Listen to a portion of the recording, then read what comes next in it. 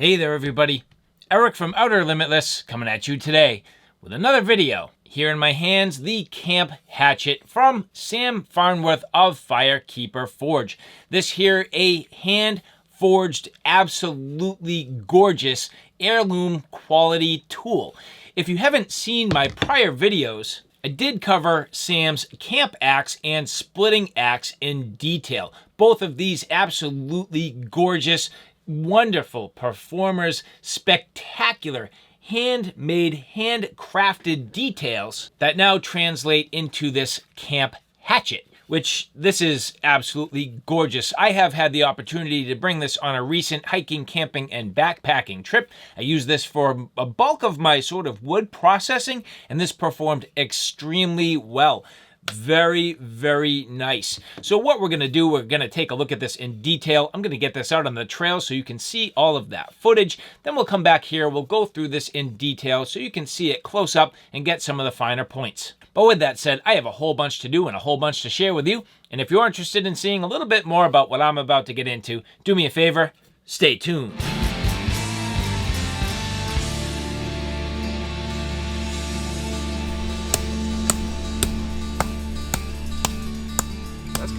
And so now getting the Firekeeper Forge camp hatchet out into the field for some good quality field use.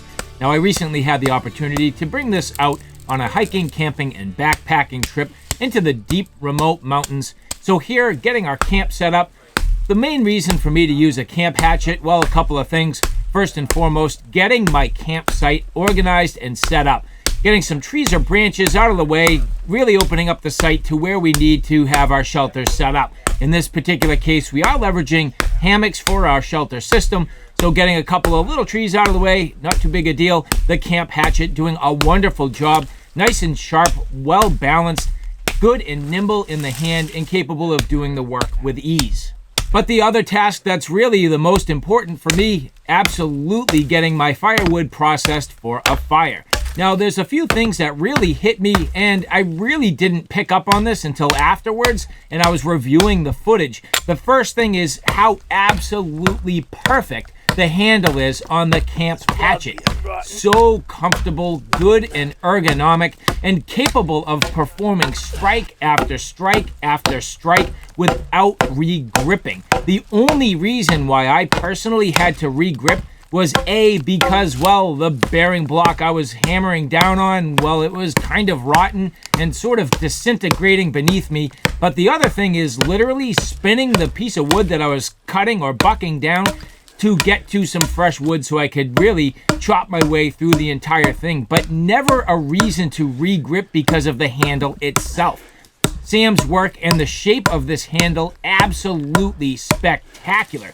And on top of that, the ability to perform chopping tasks at length without fatiguing, without needing to re-grip, and without any hot spots.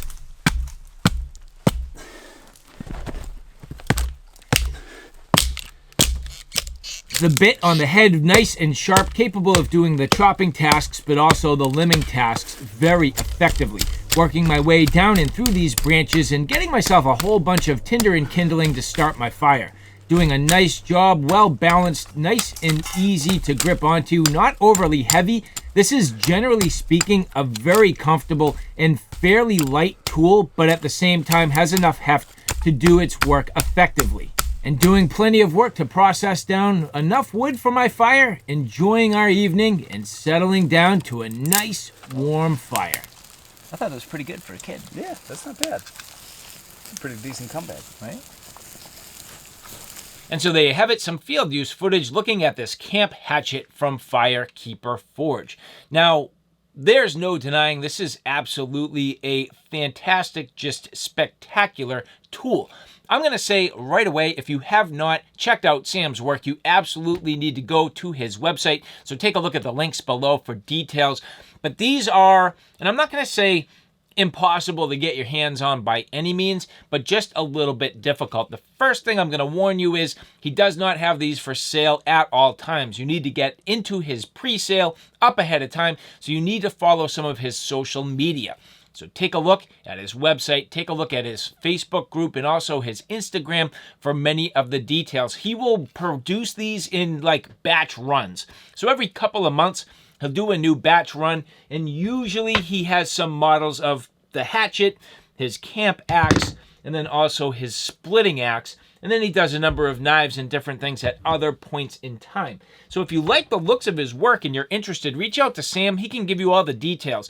But absolutely spectacular work. Now, keep in mind that this is a mix of handwork and some machine work. Now, he uses 4140 steel, which is a great steel for this application. Nice and durable, good edge retention, has some sort of springy properties, which is what you want out of a tool that's going to take some serious abuse, and especially something like an axe or a hatchet. His edges are so refined. I mean, when you say hair popping sharp, these are like to the next level. Now, I didn't do any sort of carving or feathering with this, although I should have. I know this would do it extremely well. He has a nice convex edge on each one of the axe heads, on each one of the models, performing extremely well. When you look at the shape of this, perfectly sort of balanced between something that's going to carve well and something that's going to do a little bit of splitting. Now with the hatchet, a little bit lighter, capable of doing those limbing tasks, no problem, working its way down and through the wood. And there are splitting techniques that you can definitely use with a hatchet, no problem. I would probably avoid things like heavy sort of hammering on this. I personally just don't want to damage this, and I would hate to loosen up the handle, but I don't think there's any real fear that it will. Sam's work is so incredibly detailed. The tolerances where the handle goes through the eye of the head, just so tight, nicely flared, and the way that he does his wedges, just so pretty. I mean, 2 wedges here, perfect cross design, fitting ever so nice, and these handles, they are so phenomenally well done. He hand carves each one of these with his tools, gets them to shape. Each one's going to be, I mean, seemingly by eye, identical, but you know there's little subtle differences from one copy to the next where he does these by hand. Just so nice. The grain on this one, not too bad. It's, I would say, not quite a 45-degree angle. That's, you know, I'm not certainly by any means an axe or a hatchet expert. I know a lot of people like a little bit of a straighter grain. I don't find that that causes any sort of an issue. The only thing that I do want to point out is there is one mark on here that to me really reveals sort of that separation between man and machine. Keep in mind that Sam does hand forge a lot of this, but at the same time does leverage machines for parts of his process. Which, if I'm going to be nitpicky, right here you can see a line that's left from part of, actually, it's what he does to sort of cut this. So he actually cuts this to length in part of his process, and it left a bit of a line there, which if I had to critique anything, and I'm just being extremely nitpicky, that's the only thing I would watch out for in the future. But other than that, I mean, just the detail, the overall quality, absolutely fantastic. One of the things that I like the best, and I've actually mentioned this to Sam, I love first is, he has that sort of brute to forge look. So right there, the scale and just a really cool look. But then on the edges, it's actually polished and then all the way into the pawl, which here you can see, I believe this was possibly unit number 7. So he does a batch run of these. This one here being number 7. That will come off. It's just a little bit of Sharpie. And, you know, I didn't really do anything with that. That'll come off very simple with either a little bit of rubbing alcohol or even the oil. So a boiled linseed oil. These do come very well oiled. And actually he uses some wax that he makes. It's actually considered to be a sort of like a paste, which here, if you look at this, he calls Blade Balm. Now, he sells this on his website. It's a nice food grade sort of wax that you can use to protect your blades and also your leather and your handles, which is fantastic. So you can get this right on Sam's website. But he sends everything just nicely treated. The leather masks on his work are just gorgeous. He actually started including a little signature here, so Firekeeper Forge.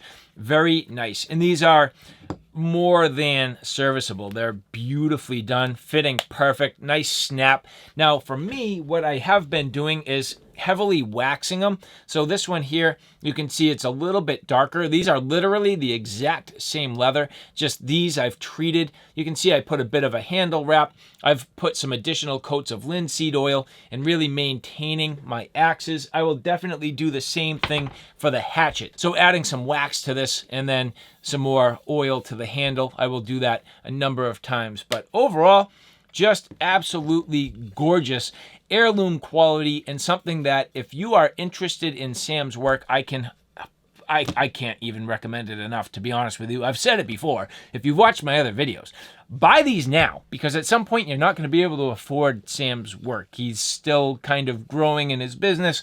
He has extremely reasonable prices for the quality that you're getting, and you cannot beat it. Now, what does this compare to? Well, a popular axe is the Gransfors Brook Wildlife Hatchet. So I figured I'd show these side by side real quick to give you a little bit of a comparison. You can see, actually, generally speaking, fairly similar in size. Sam's axe handle a little bit longer, and then the head just a little bit beefier, a little less slicey maybe, and a little bit more sort of splitting, but pretty darn close.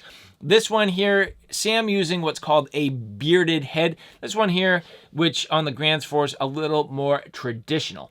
But I love the bearded look, and in fact, you can get any of his with more of the traditional head or that bearded look. And I opted for bearded on all of my models. So literally, all of mine are a true matching set, which is really cool. So everything from the camp axe through the splitting axe and now the camp hatchet. So absolutely wonderful. And so all in all, I gotta say, Sam, thank you, man. I always enjoy working with you. This is an absolute treat, something that I will have my entire life. I will definitely put this to good use, as will, quite honestly, my kids. And I'm hoping that, you know, again, with the concept of heirloom quality, you know, you're really buying something that will last for generations. And that is absolutely the case with Firekeeper Forge and the work of Sam Farnworth. So this, again, will not be the end of my collection. If anything, it's just a stop along the way. But there will be much more to come from Sam Farnworth and Firekeeper Forge. And if you guys like this content, do me a favor, take a look at my Outer Limitless 2 channel, which is less about the outdoors and more about sort of the tactical and firearms applications. If you like this content, a whole bunch of great content on there and things that you may enjoy. So all right, guys, thanks for stopping by. I hope you like what you saw. I hope you found it a little bit informative. If you like what you saw, please like, share, and subscribe. And as always, thanks for stopping by. Take care now. I'll see you soon.